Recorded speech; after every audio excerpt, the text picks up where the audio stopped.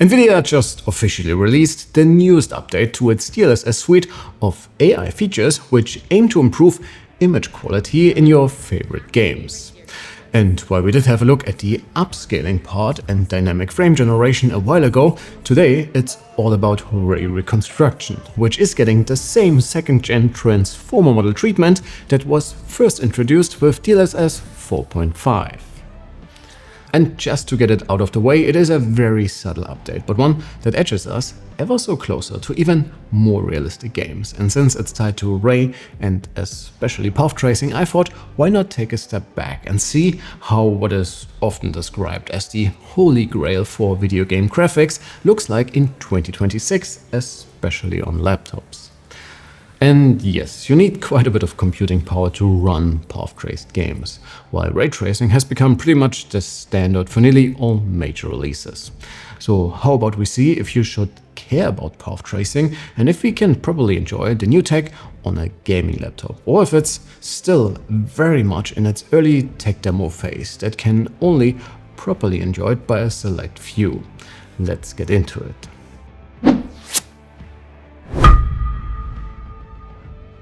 Alright, before we get into the new update for Ray Reconstruction, let me give you a quick refresher for path tracing, since more often than not, most games and engines tie the Nvidia feature to path tracing, or full ray tracing, how it's also called quite often.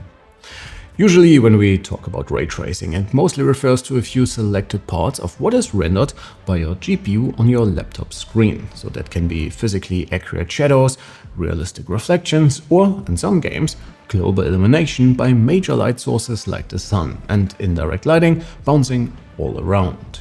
For path tracing, it's basically the complete package, so the whole journey of light from your point of view as a player to all the different materials and geometry to the environment and to and from all light sources is calculated just as it would behave in the real world, leading to a very realistic looking image. That said, since ray tracing has become something we get used to over the past few years, going to full path tracing is not always a night and day difference, but it just adds that subtle realism that makes modern high-end AAA titles so much more immersive, at least if you ask me. Ideally, you would also use a massive amount of light rays to account for every light source in the game world and for every material and so on. But since path tracing comes with an already massive performance hit, as it is, that is simply not possible with today's hardware.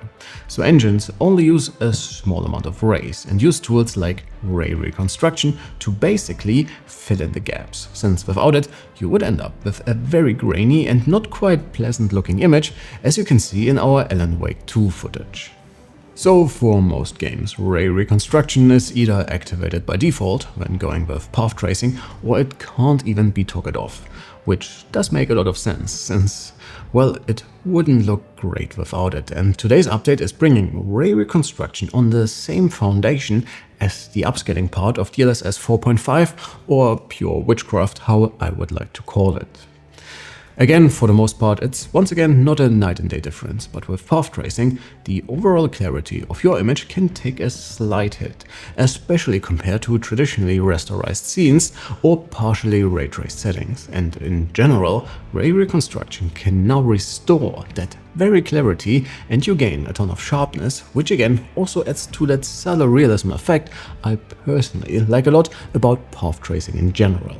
Across all the games I've tested, the image is also much more stable and you get a lot less artifacting, especially when you're moving through the game world, which is, in the end, what you will be doing mostly.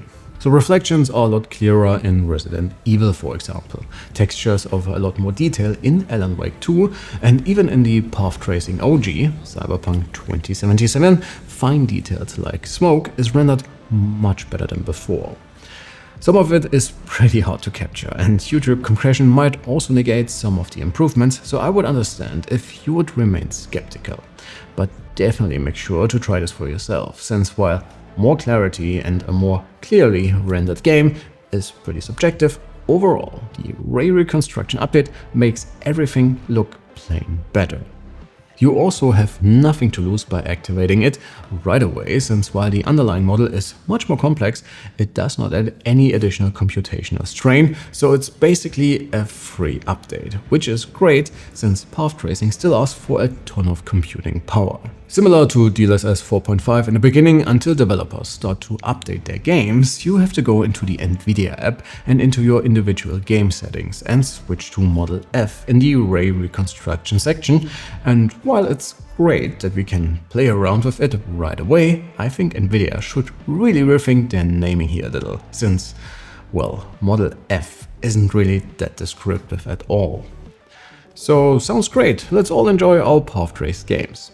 Well, yeah, kind of, at least if you have powerful enough hardware, and pretty much all of the game footage you have seen so far has been recorded on my trusty Alienware 18 Area 51, and with the mobile 5090 utilizing upscaling and switching to path tracing in supported games, this behemoth can handle pretty much all of the games I tested in its native QHD resolution at around 60 FPS with DLSS mostly in quality, which is, as per usual, a great starting point to add multi-frame generation into the mix as well, and boy, do these games look simply exceptional.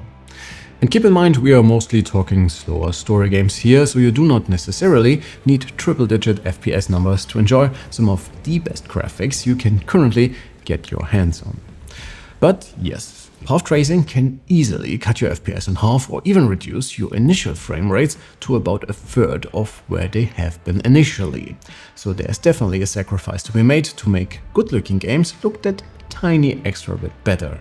And I am very well aware, not everyone has access to a high-end gamer like this one right here, and while the Ray Reconstruction update is available for all RTX branded Nvidia GPUs, you will have a hard time getting things to run at playable frame rates on lower-end or even mid-range hardware, even though things got quite a bit better and games like Resident Evil Requiem and Pragmata, for example, do run quite well in Full HD with path tracing and overall moderate settings, even on something like an RTX 5060.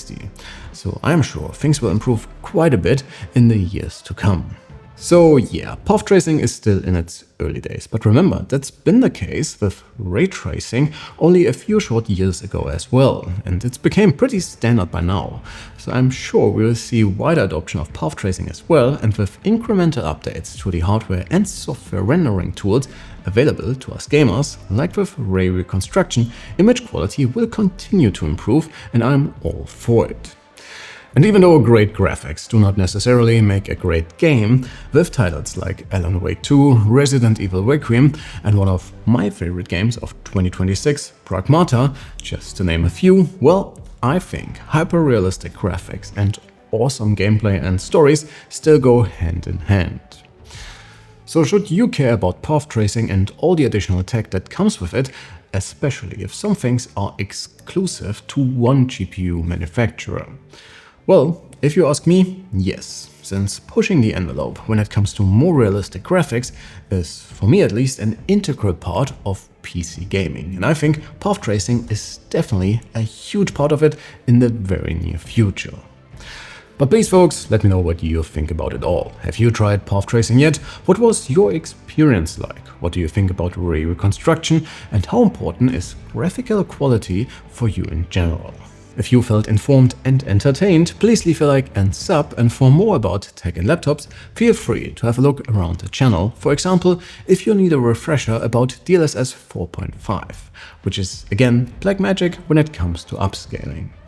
Thanks for watching, good people. My name is Alex. You have been absolutely amazing, and I cannot wait to see you all in the next one. Take care.